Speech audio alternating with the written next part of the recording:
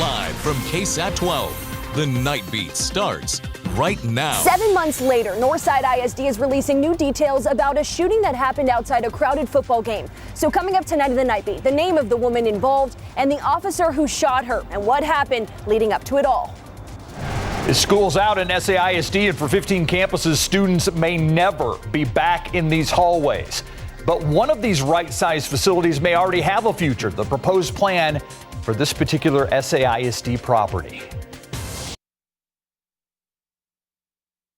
This was a rigged, disgraceful trial. The real verdict is going to be November 5th by the people.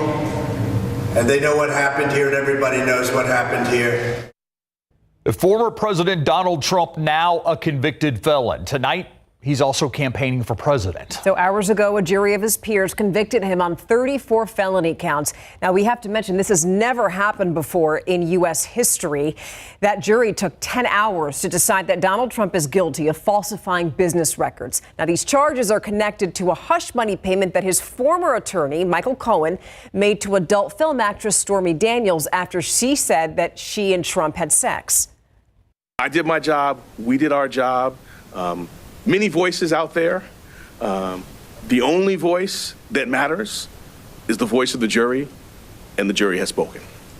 So what is the White House saying tonight? Well, a little earlier today, a White House counsel's office spokesperson issued a brief statement saying, quote, "We respect the rule of the law and have no additional comment," end quote.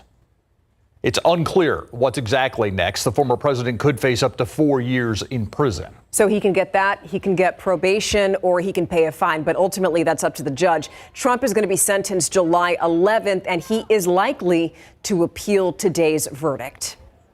Now, tonight, he's in New York City campaigning. We checked donaldjtrump.com, and it has links for people to donate to his campaign. You see it there on the left. Now, many of you have been asking if he can still run for president. The answer is simple: yes. As a matter of fact, he can still legally vote in the state of New York after this conviction, even though he lives in Florida. The Constitution only lists 3 qualifications to run. You must be a natural-born citizen of the U.S., be at least 35 years of age, and have lived in the U.S. for 14 years. We purposely did not give you reaction from the Republican or the Democratic Party. Those are all over social media today and tonight. Besides, Trinity professor and former Obama campaign staffer Juan Sepulveda sums it up like this. But now you're going to see how this gets used by both sides, both on the Trump side to kind of say, look at the weaponization, look at the political aspects of what's really been going on. This is a sham trial, versus the Democrats are showing a former president who has now been convicted. No one is above the law. And this is what you could expect if you get another 4 years of Trump. Okay, so now keep in mind, this is not the end of Trump's legal troubles because he's charged in 2 other federal cases and another state case in Georgia. But it's unlikely that the remaining 3 trials will actually start before the November election. To other news tonight. Shot outside a high school stadium. Half a year later, the Northside Independent School District has finally publicly identified the woman shot by one of its officers outside a crowded high school football game. And we know this because the district released its incident report detailing just what led up to that shooting. Yeah, the night team's Avery Everett has been following this case for months and breaks down these new details. As the school year comes to an end in Northside ISD, stains from a shooting 7 months ago outside a crowded football game still linger. An NISD officer shot a woman who they say was, quote, becoming aggressive in her car at the Dove Ferris Athletic Complex on October 28th of 2023. This happened just before the 2 p.m. football game between Sotomayor and O'Connor. The district released new details of what happened. Its incident report says NISD officers Kyle Kennedy and Joseph Garcia addressed a woman named Marquez Garcia. The report says she, quote, attempted to drive away, dragging Officer Garcia, and that's when Kennedy shot her. In our previous reporting, we learned Marquez Garcia was shot once in the arm and then taken to the hospital. In a statement we received this week, her attorneys say she was severely injured and that the officers, quote, acted with complete disregard for her safety and for the safety of other families at the football game. We reached back out to NISD late last week, and the district confirmed that Kennedy remains on administrative duty and that it's cooperating with the San Antonio Police Department's investigation. Over the last couple of months, NISD and SAPD have been tight-lipped with details about this shooting, only after a public records request and a ruling from the Attorney General's office, where we finally able to get this incident report. But this week, a spokesperson for SAPD confirmed the case has since been turned over to the district attorney's office for a possible charge of aggravated assault by a public servant. The DA's office says it cannot comment on ongoing cases, but this document provides long-awaited clarity for NISD families, even half a year later. As far as we know, no one has been criminally charged just yet. We're still waiting to hear back from the district about a public records request we filed. It asks specifically to see body camera and dash camera footage from that day. We'll continue working to learn more details about what happened and what's next in this case. Avery Everett, KSAT 12 News. Lisa, we're finally getting some answers to our questions. Thank you, Avery. Well, meanwhile, today marked the last day of school for San Antonio ISD and for more than a dozen of its campuses. Today's the end of an era. 15 schools will not reopen this fall, including the campus you see here, Highland Park Elementary. SAISD trustees voted last fall to close those schools under what the district calls its right-sizing plan. Superintendent Dr. Jaime Aquino actually told parents the closures would allow the district to reduce resources and be more efficient as its enrollment continues to drop. Okay, so what happens to the school buildings that will no longer be used? Well, that's what people discussed tonight during a meeting. Specifically, they talked about what's going to happen with the Tynan Early Education Center on Gulf Street. Now, the city of San Antonio has proposed a plan to use up that space to temporarily house the Ella Austin Community Center. Tonight, the SAISD community was invited to weigh in on that. Our commitment during the right-sizing process was to make sure that we heard the voices of the people in the community. We want to make sure that our buildings are used in a way that the community finds favorable and that it provides services that are in need in the community. So no decisions were made tonight, but if that proposal does get the green light, the community services provided by the Ella Austin Community Center would then move into the Tynan building for 2 years, and then they'd have an option to renew. Now, in the meantime, the district's facilities repurposing panel is going to continue exploring options for the other campuses, and they're going to meet next on June 17th. We had a few brief pop-up downpours this evening over the Alamo City and some surrounding areas. Look at the radar over the past couple of hours. The first one developed near 410 just a couple of hours ago, and 410, 281 on the north side. That dissipated, and then one more hit the far northwest side of town. Now, that did leave in its wake up to 1/4 of an inch of rain, and we can take a look at some of those rainfall totals here. And you look at it overspread our area. Zoom in particular to where we see these brighter blues. That indicates some of the highest accumulations, at least within this scenario here, and near the rim about 1/4 of an inch. Surrounding neighborhoods not quite as much, mostly closer to 1/10 of an inch. But there's still more opportunity for rain. Our storm chances hinge on a few particular elements. We'll get into that in just a bit. Thank you, Adam. They are still searching and hoping. It's been nearly 5 years since Cecilia Huertas Gallegos' disappearance.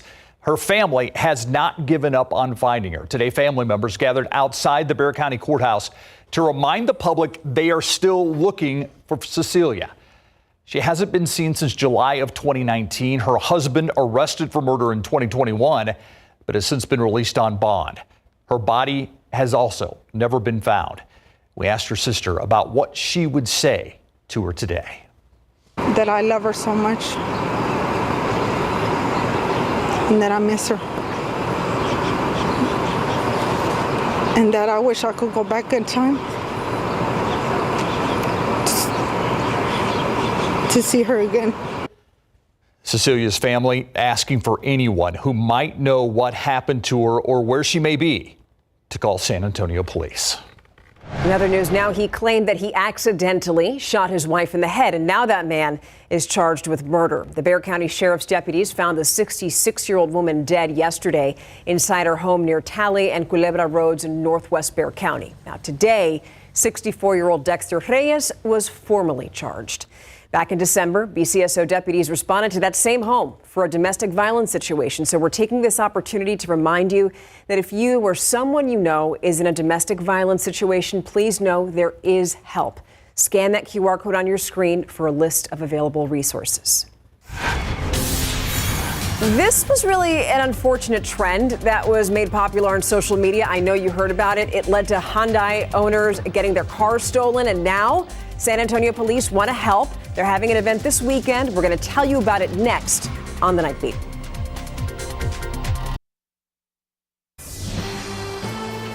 We've had way too many vehicles stolen here in San Antonio. So many stolen vehicles in San Antonio, and a lot of those cars were Hyundais. The theft of those vehicles, unfortunately, made popular by an infamous TikTok challenge.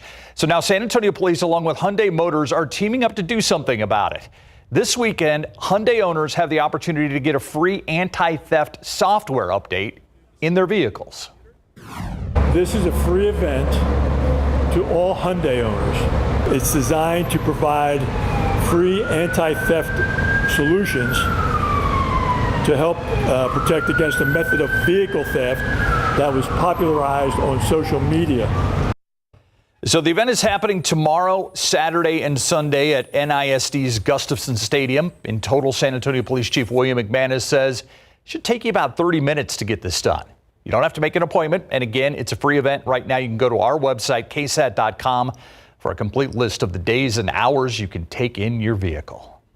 Okay, so here's another event where we'd like to see you. Next Wednesday, June 5th, KSAT 12 and the AARP are going to be at Stable Hall from 11 to 1 to discuss the future of Social Security. Because if Congress doesn't act, people who rely on the program, like retirees or disabled people, are going to lose 17% of their benefits in 2035. Now, I'm going to be at the event speaking with 3 experts about what's at stake and also what you can do to protect Social Security. Because, my friends, yes, you do have a say in what happens. And that's why we'd like you to join us on Wednesday. Last night, we showed you a QR code. Some of you had problems getting tickets. We read your emails, so we created a brand new QR code. It's on your screen right now. If you want tickets, here's what you do. You pick up your smartphone as if you're about to take a picture. You scan the QR code that you see there on your screen all the way to the right. A link is going to pop up. That's what it would look like there on an iPhone. It's the link right there in the yellow, that part of the image. You click on that, and then from there, you'll go to an AARP website.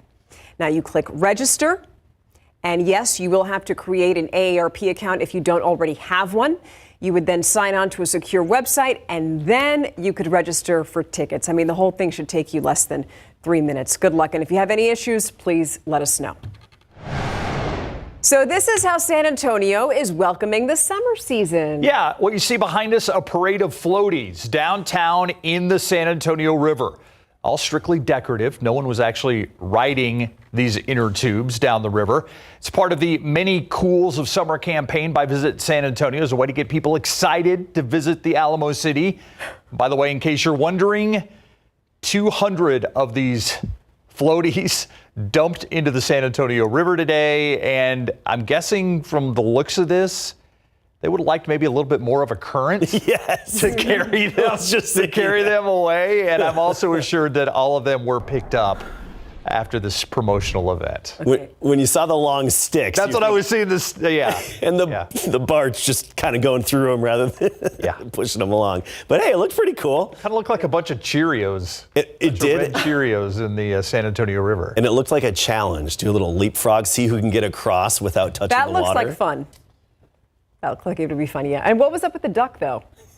They put a bunch of ducks into the San Antonio River at a certain time, and they pull out a lucky winner. And so I think that's kind of like the unofficial because the duck mascot was really of it, excited. Okay, cool. Well, yeah, like a duck on water. Gotta have the lucky duck. All right. Storms. Yes, storms. And I want to talk about what our storm chances really hinge on here going forward. And it's the same as the past couple of nights, what we talked about.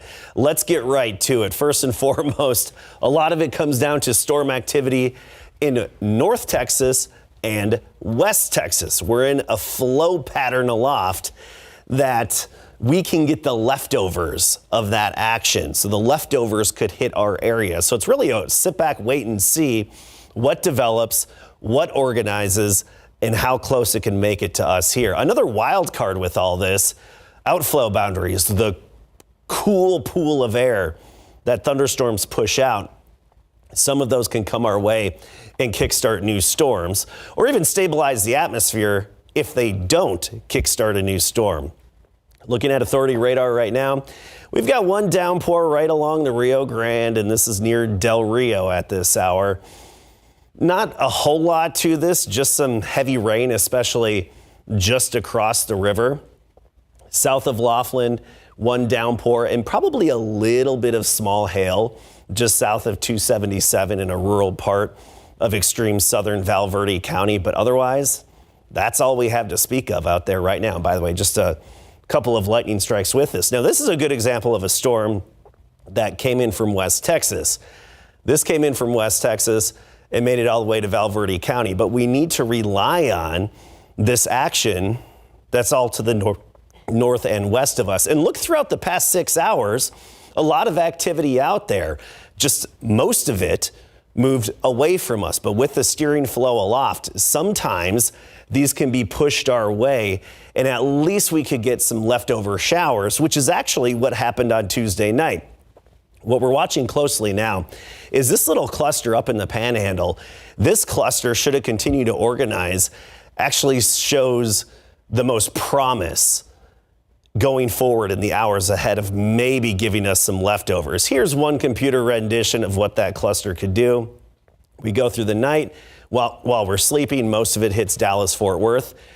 Again, they've been getting all the good rainfall, but it could even bring some severe weather to them, so it could come at a cost.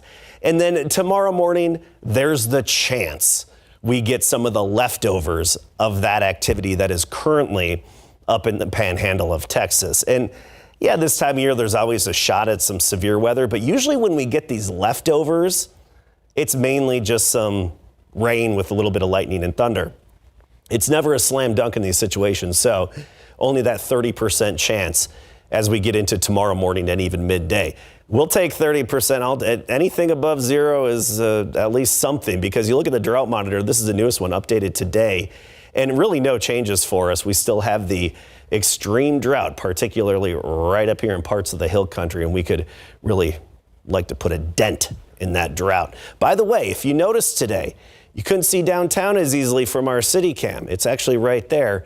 That's because we had the smoke in the air again, and I do anticipate there to be levels of smoke in the air going forward.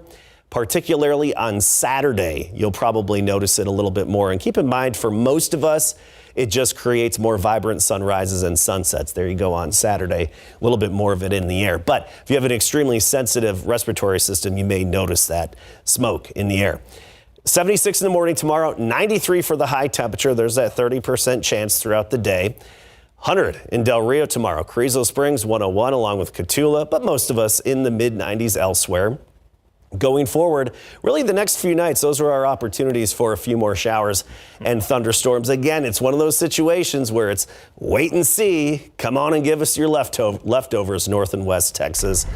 We get in this pattern periodically around here, and it's just one of those where we sit back and cross our fingers. Yeah, we know when there's a chance of rain, we want that chance to come through. Of course. Yeah. Thank you. So Brandon Cooks is saying something that should make Cowboys fans smile. Yeah, he's at OTAs. He's practicing. He's feeling good. He likes the way Dak Prescott is throwing the football. But when it comes to OTAs, how does Brandon Cooks feel about it when other guys just decide not to go because they really don't have to? And Houston Texans wide receiver Nico Collins is all smiles. Coming up.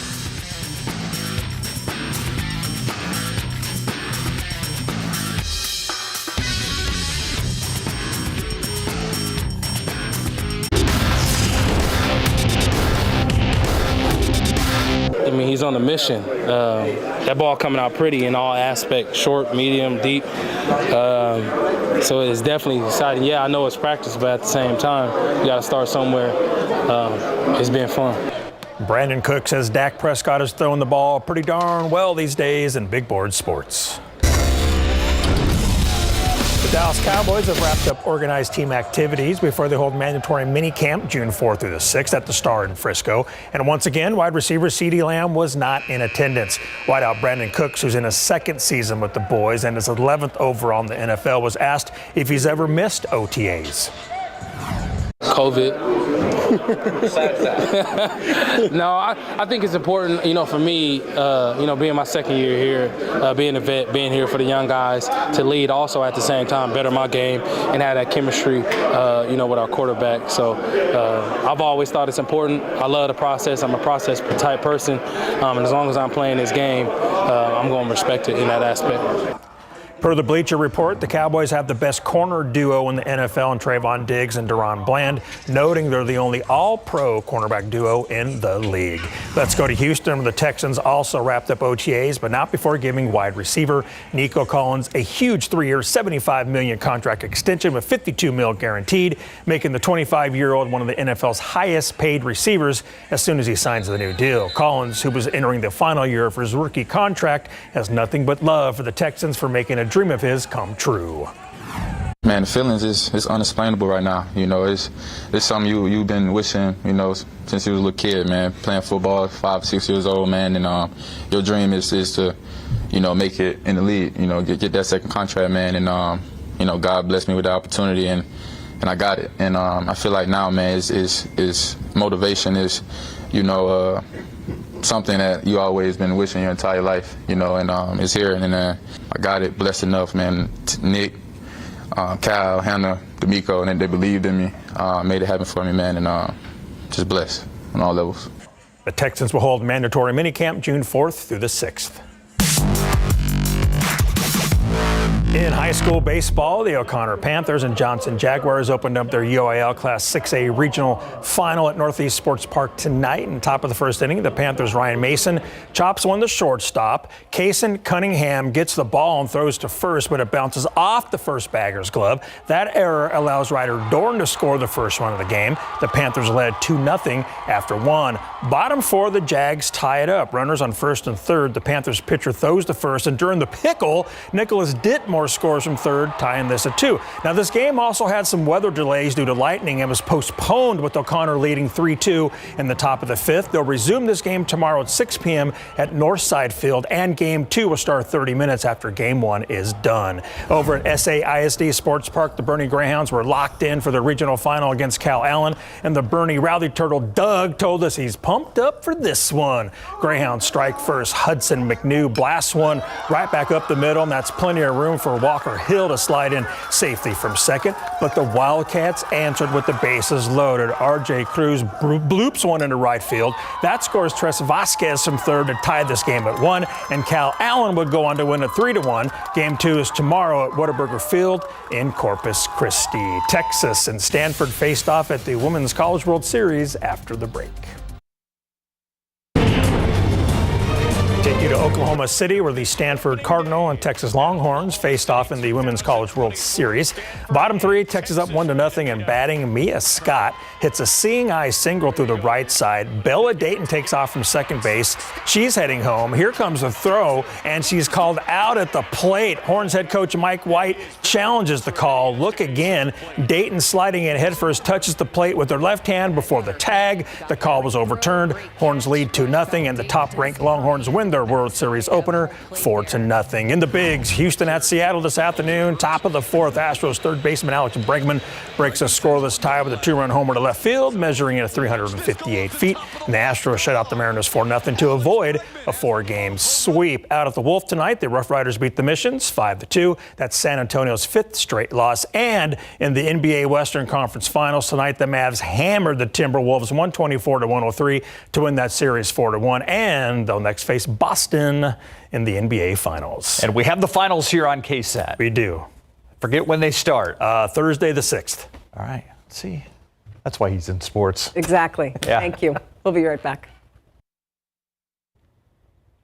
If you're a fan of swimming and 80s movies, the city's Park and Rec Department, they're going to show Ferris Bueller's Day Off on Saturday at the San Pedro Springs Pool. It's actually the first movie kicking off this summer's Movies in the Pool series. You can read all about it right now over on KSAT.com. Bueller.